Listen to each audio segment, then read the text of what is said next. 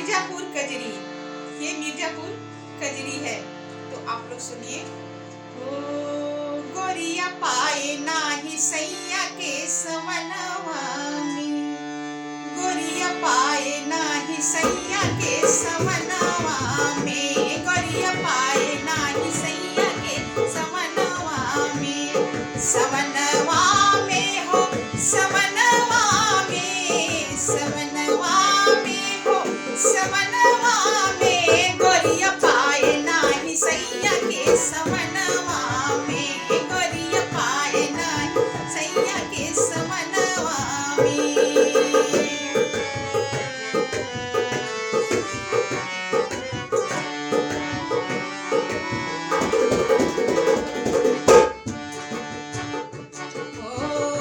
गोरिया सोच बैठी अपनी अंगनवा में, गोरिया सोच बैठी अपनी अंगनवा में, गोरिया सोच बैठी अपनी अंगनवा में, गोरिया सोच बैठी अपनी अंगनवा में, अंगनवा में, गोरिया सोच बैठी अपनी अंगनवा में, गोरिया सोच बैठी अपनी भवनवा में, गोरिया सोच बैठी अपनी भवनवा में, गोरिया सोच बैठी अपनी भवनवा में, गोरिया सोच बैठी अपनी भवनवा में, गोरिया सोच बैठी अपनी भवनवा में।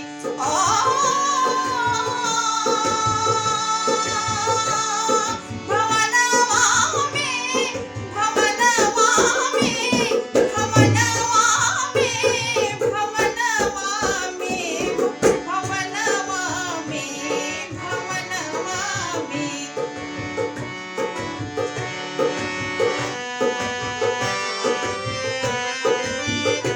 भवनवा में हो भवनवा में, भवनवा में हो भवनवा में। अरे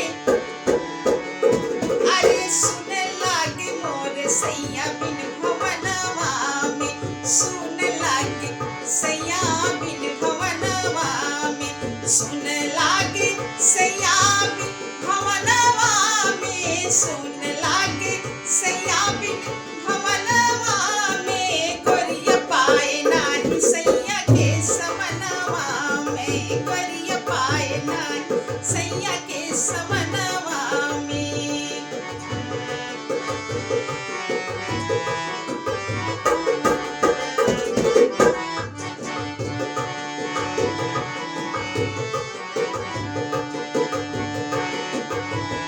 मोर मोरनी ताना मारती है कि आपके कृष्ण कहाँ चले गए आपको छोड़ के।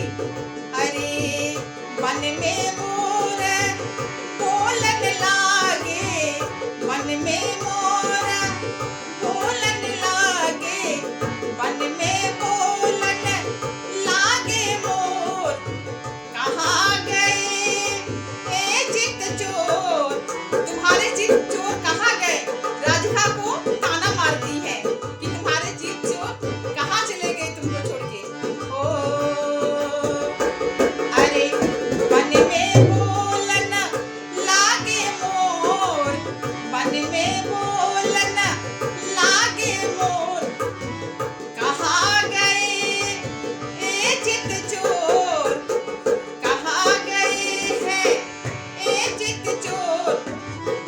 सुन के लागे जैसे तीर मोर तनवा में, सुन के लागे जैसे तीर मोर तनवा में, सुन के लागे जैसे तीर मोर तनवा में, सुन के लागे मोर तीर जैसे तनवा में, और सुन के लागे मोर तीर जैसे तनवा में, सुन के लागे मोर तीर जैसे तनवा में, और सुन के लागे जैसे तीर मोर तनवा में, और सुन के लागे जैसे तीर मोर तनवा में, और सुन के लागे जैसे तीर मोर तनवा में।